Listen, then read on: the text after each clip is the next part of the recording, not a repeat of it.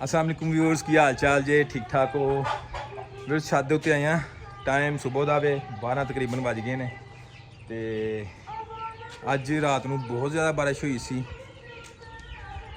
तरपाल वगैरह छत नहीं सी लगी है उसकी वजह नाल थल्ले बारिश काफ़ी ज़्यादा हुई है लेकिन है कि नुकसान कोई नहीं होया आंधी नहीं सी हैगी सिर्फ बारिश ही सी तुहानूं दिखाने छत के उपर थोड़ा बहुत गिला होया है लेकिन है कि माशाल्लाह सारा कुछ महफूज है। यह देखो व्यूअर्स पानी जमा होया है थोड़ा जिहा बाकी निकल गया सारा तरपाल है पई सी गिल्ली हो गई है सारी यह भी पानी थोड़ा जमा होया है यह भी थोड़ा जमा होया है सारे ठीक ने ओए हो माशाल्लाह माशाल्लाह।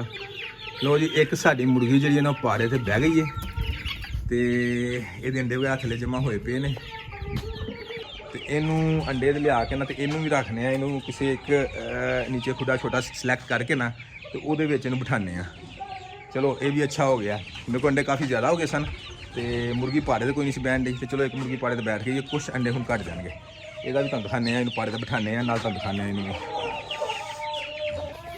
बाकी सारा कुछ ठीक है।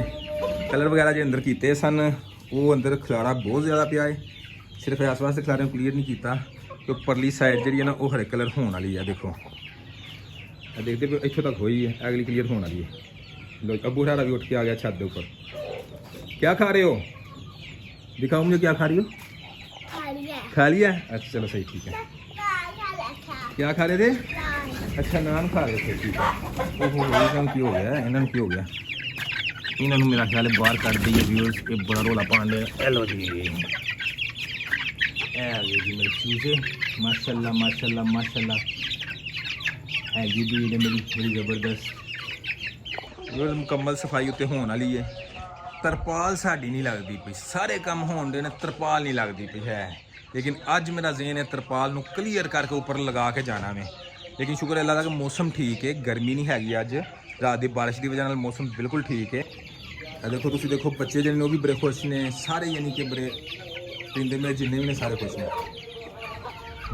यह देखो हाँ इंजॉय कर रहे हैं मिट्टी के मैं कहना तरपाल लग जाए तो फिर बंदा जो है ना इन्नी सारी सफाई वगैरह करता है अंदर गंद बड़ा पिया है उन्होंने सारा क्लीयर करता है कलर होइए करी फिर मुकम्मल छत को क्लीयर करके ना तो अगला स्टैप जो साडा उन्होंने क्लीयर करांगे।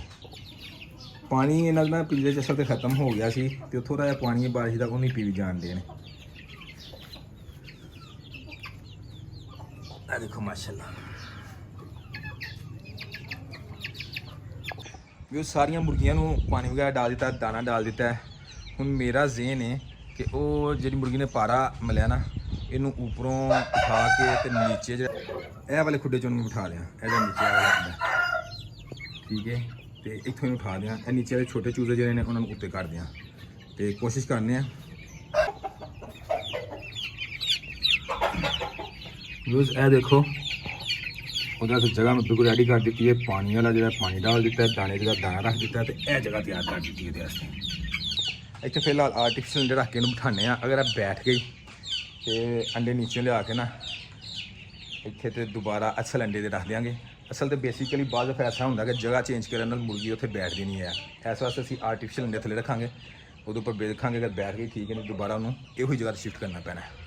चलो देखने भी उस मुर्गी असी अंदर रख दी है वो अंडे पे ने लेकिन ये ऊपर बैठ नहीं रही देखने शाम तक की करती है दाना वगैरह खाने की शायद खा के बैठ जाए दूसरे चूजे हाँ उत्ते शिफ्ट कर दिते हैं इस जगह के उपर।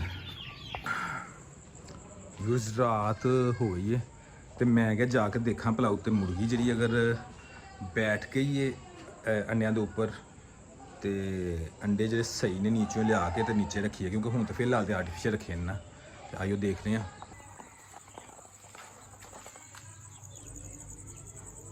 यूज मुर्गी तो बैठ गई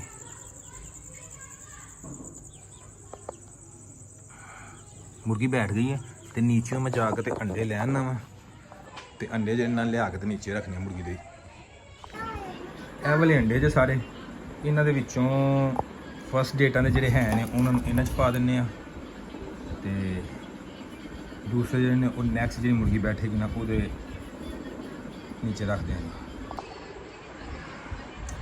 यूज ये ना मुख्तलिफ मुर्गियां के अंडे ने तो किसी के जोड़े ने अलग अलग मुर्गियां ने उन्होंने उपर बकायदा मैं लिखा है ਵੀਰਸ ਇਹ ਅੰਡਾ 13 ਤਰੀਕ ਦਾ 13/6 ਤੇ ਜਾਵੇ ਦਾ ਅੰਡਾ ਹੈ ਵਾਲਾ।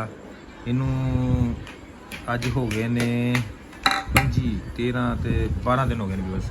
ਤੇ 12 ਦਿਨ ਬਾਅਦ ਅੰਡਾ ਜਿਹੜਾ ਨਾ ਉਹਨੂੰ ਚੈੱਕ ਕਰ ਲਈਏ 13 ਵਾਲੇ ਨੂੰ। ਮੇਰੇ ਖਿਆਲ ਨਾਲ ਤਾਂ ਗਰਮੀ ਬਹੁਤ ਜ਼ਿਆਦਾ ਹੈ, ਤੇ ਅਗਰ ਅੰਡਾ ਠੀਕ ਹੋਇਆ ਤੇ ਫਿਰ ਅਗਲੇ ਜਿਹੜੇ ਨੂੰ ਠੀਕ ਹੀ ਹੋਣਗੇ। ਵੀਰਸ ਅੰਡਾ ਜਿਹੜਾ ਨਾ ਉਹ ਠੀਕ ਹੈ, ਮੈਂ ਤੋੜ ਕੇ ਦੇਖਿਆ ਅੰਡਾ ਬਿਲਕੁਲ ਠੀਕ ਹੈ, ਫਰਟਾਈਲ ਹੀ ਲੱਗ ਰਿਹਾ। ਚਲੋ ਬਹਰਹਾਲ ਇਸ ਤੋਂ 13 ਤੋਂ ਅੱਗੇ ਦਾ 14 15 16 17 ਵਾਲੇ ਸਾਰੇ ਜਿਹਨੂੰ ਠੀਕ ਹੋਣਗੇ। ਇਹ 14 ਤਰੀਕ ਦਾ ਅੰਡਾ ਇਹ ਕਹਿ ਵਿੱਚ ਰੱਖ ਦਿੰਦੇ ਆ। 15 16 ये भी 16 का है, ਇਹ 17 ਦਾ ਵੇ। 17 ਤੋਂ ਬਾਅਦ ਇਹ ਵੀ 17 ਦਾ ਹੈ, ਇਹ 18 ਦਾ ਹੈ,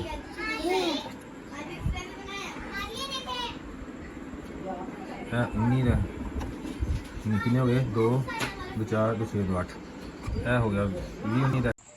ਵੀਰਸ ਅੰਡੇ ਹੀ ਛੱਤ ਲੈ ਆਏ ਆ, ਤੇ ਹੁਣ ਮੁਰਗੀ ਨੂੰ ਬਾਹਰ ਨਿਕਾਲ ਕੇ ਨਾ ਤੇ ਇਹਦੇ ਉੱਤੇ ਬਿਠਾਉਣ ਲੱਗੇ ਆ। ਲੋ ਵੀਰਸ ਇਹ ਮੁਰਗੀ ਜੇ, ਇਹਨੂੰ ਕਰੀਏ ਸਾਈਡ ਤੇ। ਇਹ ਨੇ ਆਰਟੀਫੀਸ਼ਲ ਅੰਡੇ, ਇਹਨਾਂ ਨੂੰ ਰੱਖੀਏ ਸਾਈਡ ਤੇ ਇੱਥੇ ਰੱਖੀਏ ਸਹੀ ਅੰਡੇ।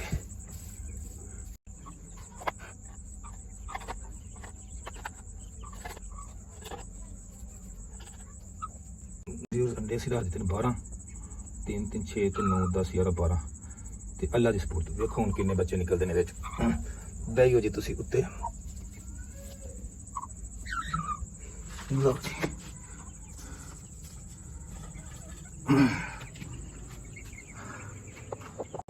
ਲੋ ਵੀਅਰਸ, ਮੁਰਗੀ ਅਸੀਂ ਬਿਠਾ ਦਿੱਤੀ ਹੈ ਅੰਡਿਆਂ ਦੇ ਉੱਪਰ, ਤੇ 12 ਅੰਡੇ ਅਸੀਂ ਰੱਖੇ ਨੇ ਉਹਦੇ ਨੀਚੇ,